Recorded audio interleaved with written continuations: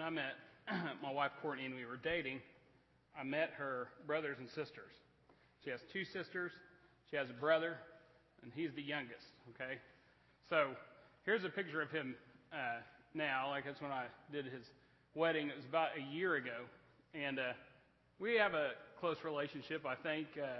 When I was dating Courtney, I remember, and you can go ahead to the next, I want you to picture him as this, because like it's kind of what he looked like when I met him. But when I was dating Courtney, I remember one time I kissed her, and then he ran into the living room and he announced it to everybody. He said, "They kissed," and was embarrassed. And then there's another time we were all out to eat. It was Courtney's whole family, and it was me, and I was going to the restroom, and Jordan had to go, so he went with me. And it's probably about 15 minutes, in there, and like I'm waiting at the stall door, and I say, "Hey, Jordan, how long is it going to take?" And he goes, "Long time." So I'm sitting there waiting, and about 2 minutes later, I hear this like little voice. He goes, "Chris?" And I said, "Yeah." And he goes, "Can you wipe my butt?" And I was like, "That's not going to happen." So I told him, I said, "Hey, little buddy, just pull your pants up. It's okay. Just go." No, I didn't really do that. No, I didn't really do that. But I did go and get his grandma. And then he, like, seriously, he's 6 years old, pants, underwear down to his ankle, he duck walks out of the guy's bathroom into the ladies' restroom, So, but here's the thing, like, that was, at that time, that was, like, beyond my comfort zone. You know what I mean? And some of you, we all have those, right? You have comfort zones. I wouldn't be able to work some of your jobs because it would be outside of my comfort zone. And we all have them. Level of comfort. From the persons that we witness to the places we go, how much we follow Jesus, we have this comfort zone. We're wrapping up our series today at the end of me, and like my message today is the end of my comfort zone. And there's some things we can learn in Sermon on the Mount at the end that we're going to talk about. And the first point I want to make to you about getting outside of your comfort zone is that you have to choose to be all in. Okay? Matthew 16:25 says, "For whoever wants to save their life will lose it, but whoever loses their life, they'll find it."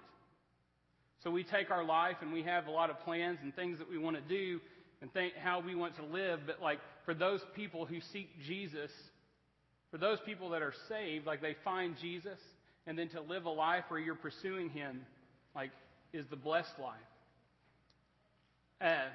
You are all in when you're losing your life. Sam Horn is one of the students here, and we call him Cobbler. I think he said because one day he made Frank a cobbler, so that's what we call him. But we were at children's camp, and there's this thing, it's called a Gaga pit, and it's this thing that looks like an octagon, okay? And the kids get in there, and at kids camp, like there were tons of kids in there playing this. They hit the ball at each other, and if it hits you in the legs, you're out. So as all these kids are playing, my son, he's like 11. That's about the top age for the kids camp. So 11 years old, all the kids are 11 or under. Okay, so they're all playing this game, and then I see Cobbler come over here. He's standing by the Gaga pit, and he's like stretching his arms and stuff. And these kids had no idea of the storm that was coming. Okay. So he got in that Gaga pit the whole week, and he had no mercy on the kids. Like, they were bleeding, their knuckles were bleeding. I mean, just all kinds of stuff. The dean, the guy that was the dean of the week, like his son was in there, and Cobbler got him out. And I heard his son say, "It's no fun when the adults play." And Cobbler, no joke, he goes, "Well, get better then." So at the end of the time, they were better. So I guess we can give that to Cobbler, for doing that. But like he was all in. It doesn't matter if you have a 3-year-old nephew in there. He is going to destroy him when he gets in that pit. It's all business. He's all in.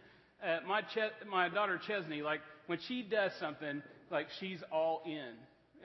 And I love that about her. Like if she's going to make something, she gives me great detail of what she's going to do. Sometimes for a very long time. Like she'll tell me. And then I'll come home and she had done that, and it looks like a construction zone in our house, with her building things. But here's one of my favorite pictures of her, because like if you look at that picture, like she is all in, man. Like, she is ready to get in that ocean. She is enjoying herself, and she don't care about anything else. I mean, she is totally focused. She don't care if there's a 10-foot shark going to gobble her and take her away. She don't care. She's all in.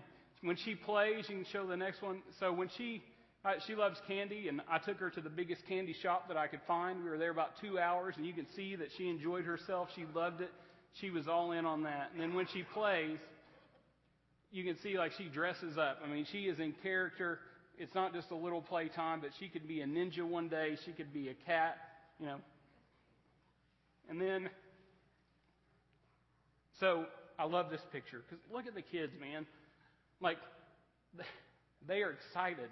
I mean, they are all in. They are focused on getting in that pool. And here's the thing, like, I want, like, Chesney to be like that when she gets older. And I want her to be like that for Jesus. Like, I want her to be that excited. I want her to be all in. I want her to be totally focused on that. And I want that for us. And I want that for you, for us to dive all in to what it means, like, to follow Jesus. There are some things in life that if you're going to do them, you got to go all in. If you're going to get married, you better go all in, right? If you're going to have a kid, I mean, you're going to go all in. If you're going to go skydiving, I mean, you're going to go all in. If there's one thing clear about the Sermon on the Mount, it's this.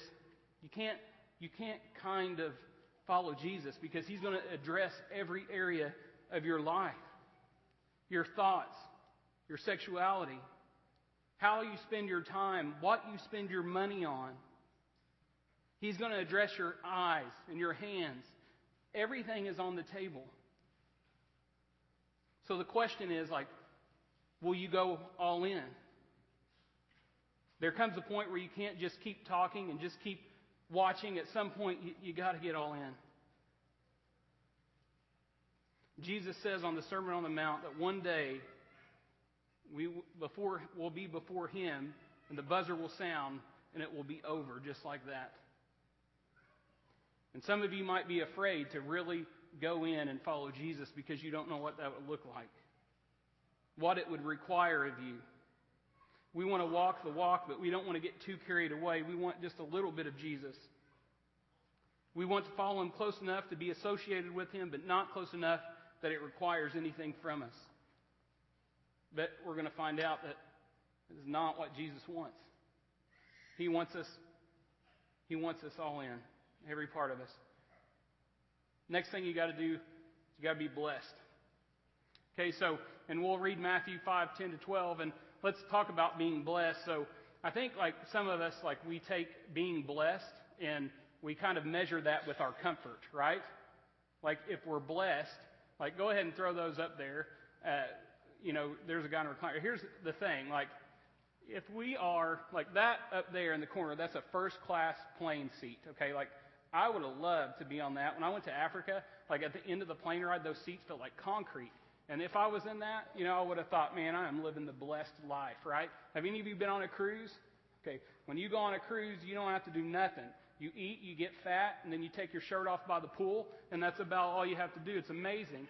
They have recliners now that have like heated, or they have cooled like cup holders. They have some that have a fridge in them. I mean, you almost don't have to get up for anything, and that would be, we would say, if we had that, like, I'm blessed, right? Like, I'm living the blessed life.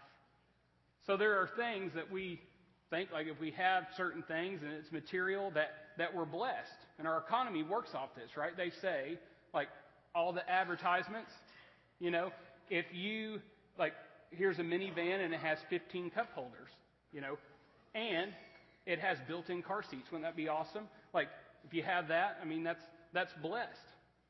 But if we look at what Jesus says, Matthew 5:10-12 says, "Blessed are those who are persecuted because of righteousness, for theirs is the kingdom of heaven.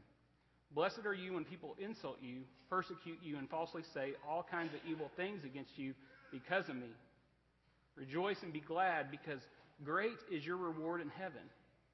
For in the same way they persecuted the prophets who were before you."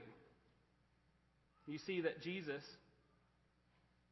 the blessed life is a little bit something different, like that he talks about. It's not really based off our comfort. Like, we go through these things, and these are not comfortable things, right? Like, I don't want to be persecuted, or I don't want someone to talk about me or insult me. But, like, he's saying, like, if you live that way, you're going to live such a radical life that people are going to be uncomfortable around you. And they're going to say things about you. And they're going to persecute you in different ways.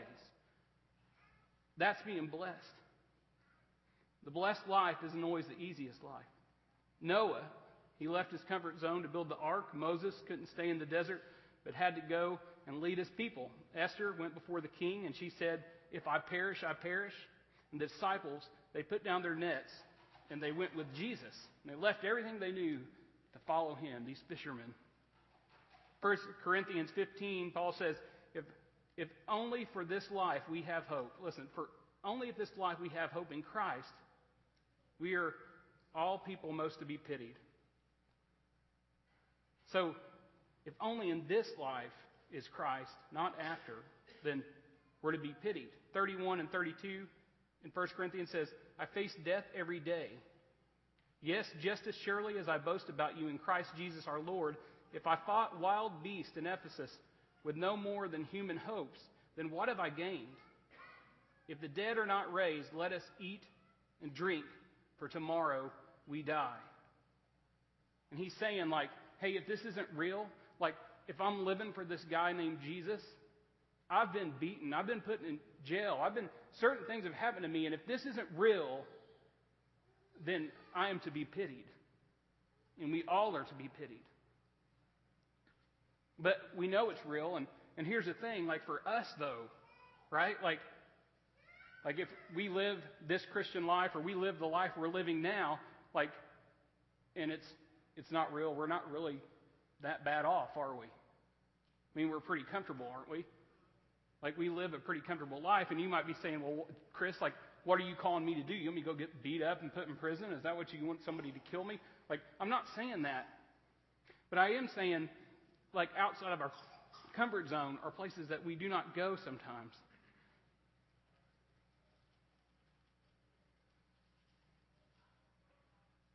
Doing something crazy. Doing something that's out of the ordinary. So my wife, Courtney, I went with her to a movie one time. She wanted to go opening night at 12 o'clock, and she wanted me to go with her. And I did not want to go because we were watching Twilight, the last series, you know. So I went. And as I'm going, I'm thinking, like, Lord, please don't let anybody see me, okay? So we go at midnight, and I promise you, it's a bunch of teenage girls, some adult women, and then there's, like, me, you know. And I even see Amanda Spalding there, and she's with some people. And then I'm like, oh, man, somebody saw me. But that's, like, out of my comfort zone. That's not usually what I would do. It's not my nature to do that. Courtney also, like, she's a little bit afraid of heights, and we went to Holiday World. I think we've done it at Kings Island, too. They have this thing called the drop zone. You ever been in that? You get in it, and it lifts you up really high, right? Is that the correct name? Is it called the drop zone or the Liberty Launch? Drop zone. Or something like, it drops you, you know, and you fall really fast. So Courtney's riding that with me, and we're going up, and I'm looking, and seriously, she has a hold of it, and her eyes are closed, and I could tell she doesn't like it. And when it gets to the top, it lets you hang there, and then it just drops you. And when it dropped, like, if I looked at her face, and I'm not joking, like, she screamed, not like she was scared, but like somebody was going to kill her or she was going to die. She had no idea where she was at or anything. Like, and then we get to the bottom, like, and I'm looking, we're facing the operator of the ride that does this every day, and he is laughing so hard at her. So, you know, that was out of her comfort zone. It wasn't in her nature to do that. And what are we willing to do like that? Jesus calls us on a dangerous journey. Okay? Not a comfortable journey, not all the time, but it should come with warning signs. Following Jesus might be dangerous to your relationships because it talks, the Bible, a lot about honesty, letting your yes be yes and your no be no. It might call you to respond to the person that hurt you, not with bitterness and anger, but extend grace and forgiveness. Warning, following Jesus could be dangerous to your financial status, your career aspirations, because he says things like, don't store treasures for yourself on earth, but in heaven. Jesus says, don't look at a woman lustfully. That might be a little bit dangerous to go to a friend and say that you are struggling with a pornography problem. It's really not that dangerous just to come to church and sit in the pews and the chairs and sing some songs every week, you know. Jesus calls us like outside of that, like to do something with His Word, not just to show up.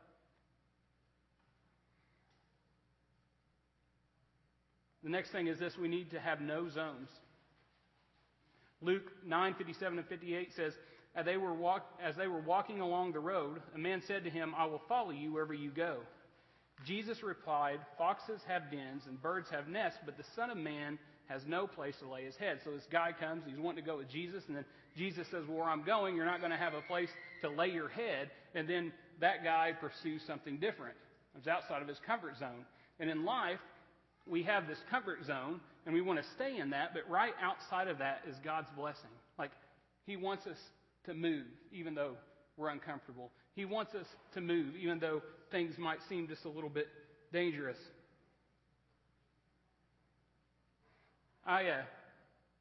Michael Lindeman is one of the elders here, and not that long ago we were talking, and the bathroom upstairs, there's some bathrooms upstairs in the office area. They're clean, but the floors are gross, okay? Like, the floor has been here forever. It's a white tile and whatever. Michael one day said to me, he said, hey, like, I thought I'd help you replace the floors. Michael Lindeman. Okay, so we're sitting in staff meeting. Now, I want to tell you something about me. I get names wrong sometimes. So, like Dave Shell, I might call him David Ott. And then people are like, well, it's not David Ott, it's Dave Shell. So I'm telling the staff, I said, hey, guys, Michael Lindeman said he was going to help me replace this floor. And they go, no. They said, you're not getting that right. You're Michael Junga. That's who you're. No, it's not. It's Michael Lindeman. And then they say, no, it's not Michael. It's and they're trying to think of somebody's name. And I'm like, it is Michael Lindeman. Like, I show them. So finally, when they get it, they say, Michael Lindeman, like he's gonna hire somebody to replace the floor. I'm like, no, he's going to help me replace the floor. You know, and the reason they don't get that is because Michael, like, flooring isn't what he does. You know what I mean? That's not in his comfort zone. That's not what he does. He's like a financial guy. But he's willing to go out of that and, like, help me replace the floor. And here's the thing. With Jesus, like, we have these zones, and we don't want to go out of them. Jesus, like, you can have my heart, but you can't have this part of my heart. Jesus, I'll talk to you about everything, but I'm going to leave this aside. I'm not going to work on this. There are places we're not willing to go with God because we're not comfortable. There might be some of you today and you're struggling with something, but it's a secret. Like, you don't let anybody know, and maybe, like, God's calling you to step out and bring that to light. Like, go talk to a friend and ask for help. But you don't want no one to know about that, and you're not comfortable with that, so you're not going to do it. Some people have marriages that are just poor, and they're falling apart, and they don't want anybody to help them because they don't want anybody to know the struggle.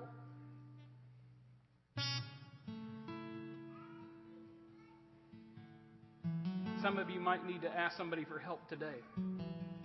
1 Peter 2:2 says, like newborn babies, long before the pure milk of the Word, so that, like newborn babies, long before the pure milk of the Word, so that by it you may grow in respect to salvation.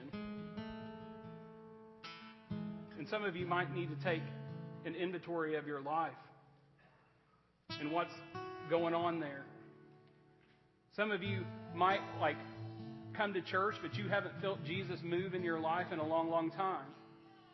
And you're trying to figure out what's the deal and why.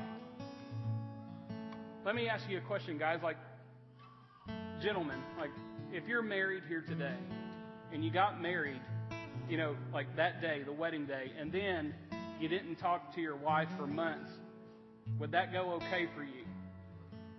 It probably wouldn't go okay, right? And you wouldn't grow any closer to that person. You know, what if, ladies, like, you know, what if he stopped saying things like, I love you? I mean, you're not going to grow that close. You know, but sometimes with Jesus, that's kind of what we do, don't we? Like, we get saved or we get baptized, and then we kind of leave that at the door, and we don't really spend much time with them. We don't pray, and we don't read, and we don't do those things, and we expect our relationship to grow.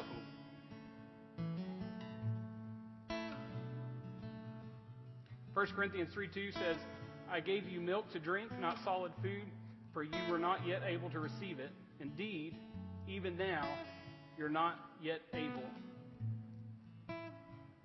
I used to do this thing when Courtney and I would go out to eat when we were dating, and a little bit when we were married, but we'd be at a table, and I would take food, and I would wipe it on my face. And then when the waitress come, I would say, this food is delicious. And I thought it was funny, and she would say, Chris, like she didn't like me to do that. So here's the thing, like if I went out to eat with you, and in real life, like I was eating, and I had food, like from here up to my eyebrows, like you would not want to eat with me again. You'd probably be embarrassed, right? And why is that? Well, because adults don't do that, right? Kids do that. I mean, we don't do that. Say like, Frank, like he comes to one of your kids' games, and then you look up in the stands and you see him, and he has brought with him a WWF ring and figurines, and he's like playing with them up there, and he's like really getting into it. I mean, would that be weird? It would be. Not for John, but because children do that, right? Say like you see Ryan, he comes to your kid's choir concert, and you look and you see him in the chair, and he's playing with his Barbies, and he's just doing that. I mean, would that be, sorry, love you, so. He doesn't play with Barbies, but that would be weird, right? If he was playing with toys or Jurassic Park figures, whatever, because that's what children do. But here's the thing, when he's talking about milk to drink and not solid food, man, some people have been saved for a long time, and we're still on milk, and we're still not doing what we should do for Jesus. We're just kind of going through the motions, and we can just kind of sit in the chair. Jesus calls us to be all in. So I'm going to close with this. I went to a wedding this week, and Tim Weishart's daughter got married, Lydia, and Tim runs our sound sometimes. And so we're at the reception, and I'm watching, and I got to be honest, every time the dad and the daughter, they dance. I don't know if you know this about me, but I cry sometimes. So I tear up a little bit, because here's the thing. I start thinking, no joke, so Tim is dancing with his daughter, and he probably remembers her as a little girl. Time goes by so quick, right? And one day that's going to be me. And here's the thing, like I said before, one day the buzzer is going to sound and our life is going to be over. And we have just a little bit of time. It's like a vapor to actually dive in and fully go in for Jesus and lose our life so we can have something great. And can you put the picture of the kids jumping in the pool back up? So we're going to have an invitation. And here's the thing, maybe in life, I just look at them, look at their faces. They are just totally in that moment. They are all in for you. Maybe you remember a time when following Jesus was like this, but it's not now. Where, things just aren't moving. Or maybe you just don't feel God. Or maybe you're just not walking towards Him. There are times in my life where I have felt so far away from that. And maybe that's what you're going through today. And if that's true, we want to pray with you. Frank will be up here. There'll be people to pray with you in the back. And we want to pray with you. Today, if you don't know Jesus, maybe you want to know Him, you can come up here and we can baptize you. You can get to know Jesus. Maybe you want to join the church. You can do all those things. Or maybe you're just going through some hard times in your life and you want to pray. And we're here for that too. So I'm going to pray. And then Ryan is going to lead us in a worship song. But while he does that, the invitation's open. If you want to come pray in the back, if you want to come pray in the front, we're here for you. Don't miss the moment. Don't leave here today if God is speaking to your heart.